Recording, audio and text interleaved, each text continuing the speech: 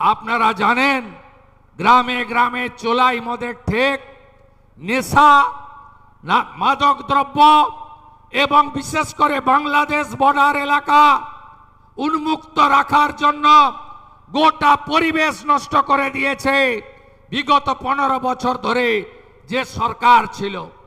এই সরকার শুধু আগুন লাগানোর কাজ করেছে। বেলডাঙ্গায় আগুন, রেজিনগরে রেল স্টেশনে আগুন, ধুলিয়ানে আগুন, শক্তিপুরে আগুন, শামসেরগঞ্জে আগুন, নিমতিতাতে আগুন, ঔরঙ্গাবাদে আগুন। আগুন লাগানো ছাড়া অন্য কাজ করেনি। আমাদের মুসলিম বহুল এই জেলা, আমি তৃণমূলের হয়ে যারা ভোট করেন তাদের কাছে জানতে চাই, 19 সালে প্রাক্তন মুখ্যমন্ত্রী মমতা ব্যানার্জি আর তার প্রাক্তন মন্ত্রী সিদ্দিকুল্লাহ চৌধুরী আগুন লাগিয়েছিল কেন? না সিএএ আইন নাকি এনআরসি, নাগরিকত্ব কেড়ে নেওয়া হবে। হাজারদুয়ারি পোড়ানো হয়েছিল, বেলডাঙ্গা রেজিনগর স্টেশন জ্বালানো হয়েছিল।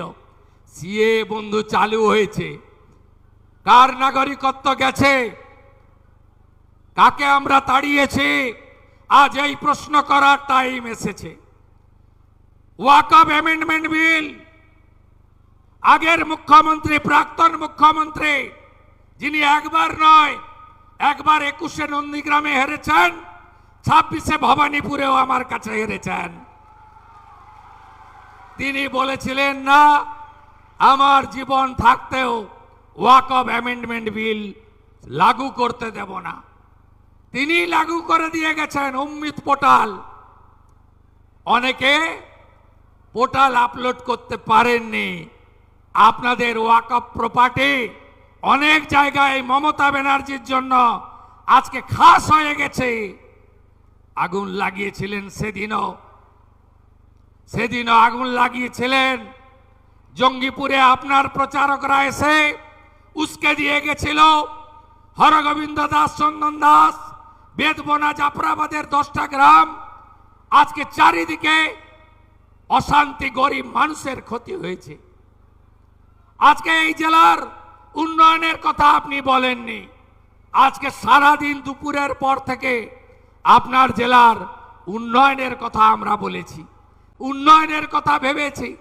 দল না দেখে, ধর্ম না দেখে, সম্প্রদায় না দেখে, আরো শিক্ষা, আরো স্বাস্থ্য, আরো হাতে কাজ, আরো আবাস, আরো পরিশুদ্ধ জল, কৃষকের ফসলের দাম, প্রাণী সম্পদকে আরো এগিয়ে নিয়ে যাওয়া, এমএসএমই, হর্টিকালচারে আরো কাজ, আরো 125 দিনের কাজকে জনপ্রিয় করা, আরো নিকাশি খাল খনন, আরো ভাঙন প্রতিরোধে ব্যবস্থা নেওয়া, আরো ঐতিহ্য হেরিটেজকে, মুর্শিদাবাদের ঐতিহ্যকে বাঁচিয়ে রাখা, আরো ইউনিভার্সিটি, রঘুনাথগঞ্জ, রেজিনগর শিল্প তালুকে আরো শিল্প আনা, থানাগুলোতে আরো পুলিশ কর্মচারী, স্বাস্থ্যকেন্দ্রে আরো ডাক্তার নার্স, স্কুলগুলোতে, কলেজগুলোতে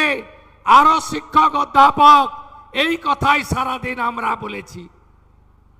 আজকে যারা বলেছিল বিজেপি এলে মুসলিমরা নাকি থাকতে পারবে না, 2 মাস 1 দিন হয়েছে বিজেপির মুখ্যমন্ত্রী কাকে থাকতে দিনই নাম বলুন বন্ধু। বলেছিলেন দাঙ্গা হবে, বলেছিলেন প্রার্থনা বন্ধ করে দেবে, বলেছিলেন আমাদের ধর্ম পালন করতে দেবে না, বলেছিলেন ডিটেনশন ক্যাম্পে পাঠাবে। আমি জানতে চাই তালিকাটা, জানতে চাই। আমরা ভারতীয় জনতা পার্টি, আমাদের একটাই মন্ত্র বিকাশবাদ, উন্নয়ন। আমাদের নেতা নরেন্দ্র মোদী, আমরা বিকাশ চাই, উন্নয়ন চাই, বিরাসতকে বাঁচাতে চাই, ঐতিহ্যকে বাঁচাতে চাই। তাই কৃষ্ণেশ্বরী মন্দিরকেও আমরা হেরিটেজের মধ্যে এনেছি। আসতে হবে, রাষ্ট্র প্রথম, সংবিধান মানতে হবে।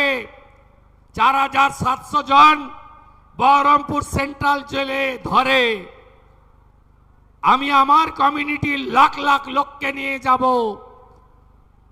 মলয় মহাজন, মুখ্যমন্ত্রী, এসপি, আপনাদের কত ক্ষমতা আছে? আমার লক্ষ লক্ষ আমার ভাইকে আপনারা জেলে রাখুন, এ কথা সংবিধান স্বীকার করে না।